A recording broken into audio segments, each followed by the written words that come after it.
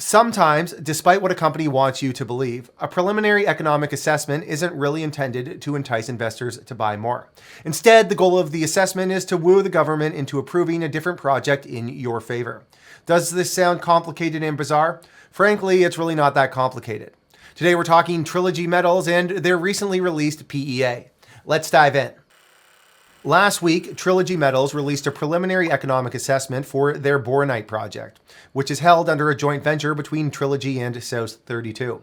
The PEA, which contained figures on a 100% basis, outlined an underground mining operation that would produce 1.9 billion pounds of copper over a 17-year mine life, which boasts an after-tax net present value of $394 million with an internal rate of return of 20%.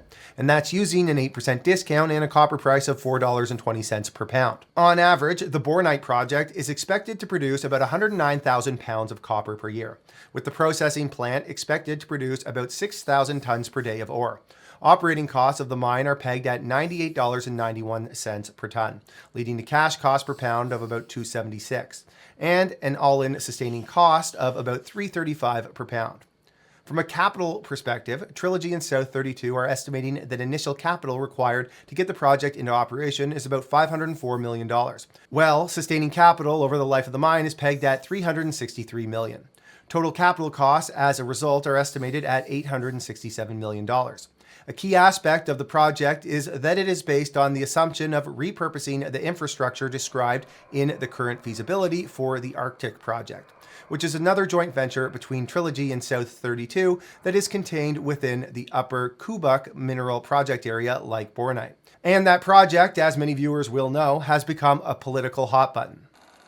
The Arctic project, by all accounts, has become a political nightmare as a result of a key access road that needs to be put into place to access the proposed mine. Ambler Road is a proposed 211-mile-long industrial access road in a remote area in Alaska. If constructed, it would provide access to at least 4 large-scale mines, as well as potentially countless small mines, among other things.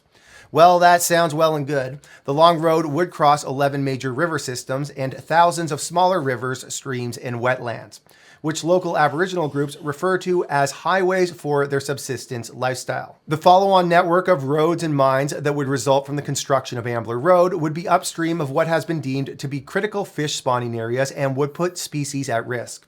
Proponents against the road network claim that Ambler Road would have negative impacts along 125 miles of the route and 200,000 acres of public lands managed by the state, making it one of the biggest and most destructive projects in the history of Alaska. A report released by the BLM in 2020 supported the proposed road as being the preferred alternative among options for the area. However, this was challenged by environmental and tribal groups, leading to a broader supplemental environmental impact statement.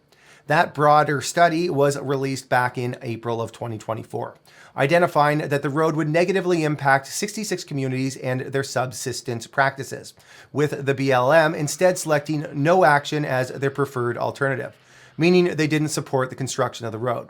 That decision was criticized by industry groups as well as the Alaska state government and Alaska's congressional delegation. Adding to the mess is a number of land use agreements related to the road that have come and gone.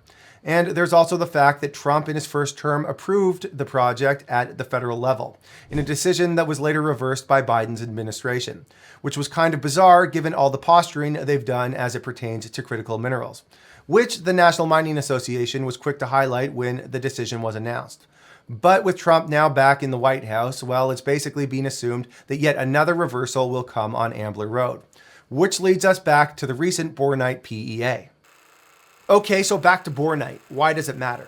Well, quite frankly, it seems that the Bornite PEA, while demonstrating positive economics, was not for retail investors, or even investors at any level. Instead, it was intended for multiple levels of the US government. That's because, from an investment perspective, the Arctic project, with an after-tax net present value of $1.1 billion and an IRR of 23% based on a 2023 feasibility study, is a home run for investors.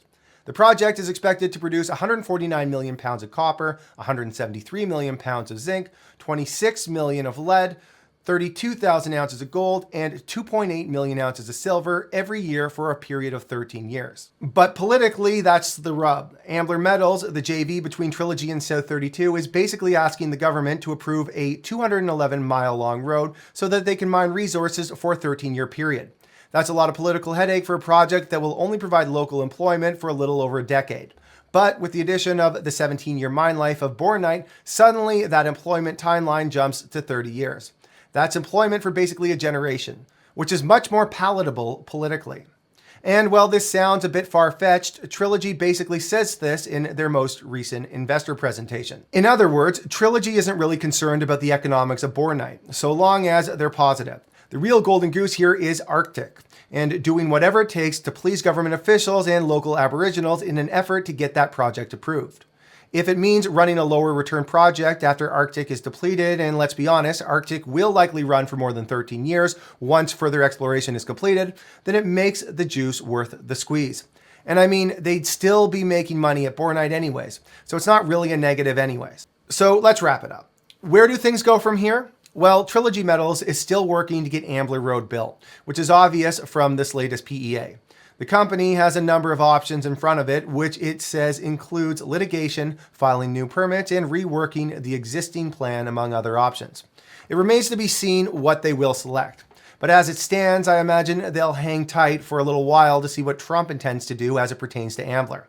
That's the wild card here. We got Donald back in office, and as we've seen in the past week, anything is possible.